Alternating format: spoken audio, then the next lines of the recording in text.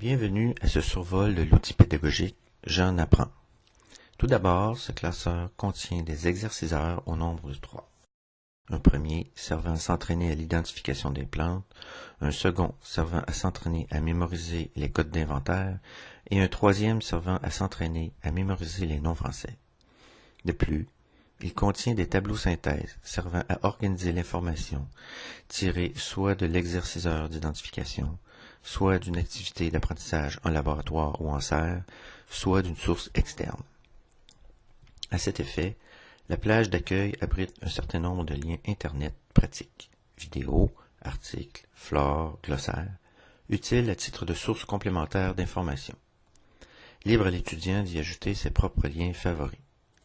Enfin, pour les cartésiens, un générateur de clés dichotomiques, optimisé par un algorithme, permet de s'attaquer à des spécimens soit nombreux ou encore difficiles à distinguer sans un outil stratégique. Allons voir de plus près certains des outils. Voici l'exerciceur 1 pour s'entraîner à l'identification des plantes. On peut utiliser ce premier exerciceur de plusieurs façons. Au début, l'étudiant peut faire défiler les spécimens dans l'ordre avec les informations visibles. Les amateurs d'origami pourraient ici choisir d'imprimer chacun des spécimens avec sa description, les replier au centre et construire ainsi un jeu de cartes à étudier, genre dans l'autobus.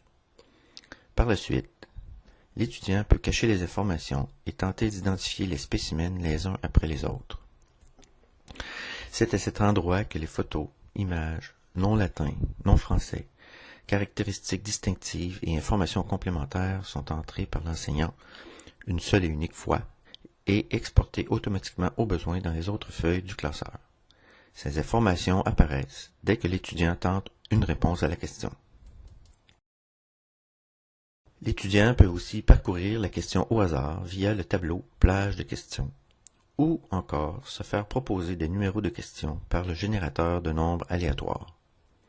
Bien que les réponses aux questions soient préalablement entrées par l'enseignant, l'étudiant peut modifier cette information, en changer l'ordre ou le libeller, en ajouter de nouvelles ou en retrancher selon ses propres préférences ou recherches. Dès cet instant, l'appropriation par l'étudiant débute et on commence à s'éloigner du fameux par cœur. Le fichier, quant à lui, évolue vers le statut honorable de note de cours personnel, pouvant être conservé puis réutilisé plus tard dans le programme ou plus tard durant la carrière. Au besoin, l'étudiant peut concentrer son étude sur une famille de spécimens choisis parmi les thèmes correspondants. Son score est visible en tout temps et peut être conservé afin qu'il puisse mesurer son évolution ou concentrer son étude sur les questions non réussies. Voici les exerciceurs 2 et 3 pour mémoriser les codes d'inventaire et les noms français. Ils permettent à l'étudiant de s'entraîner à trouver le code d'inventaire à partir de séries aléatoires de noms français ou à trouver le nom français à partir de séries aléatoires de noms latins.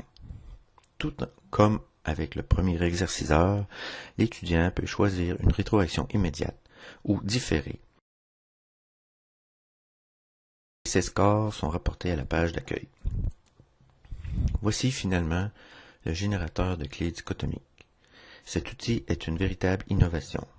Pour une famille botanique donnée, l'étudiant choisit une série de critères et indique si oui ou non chaque spécimen les possède.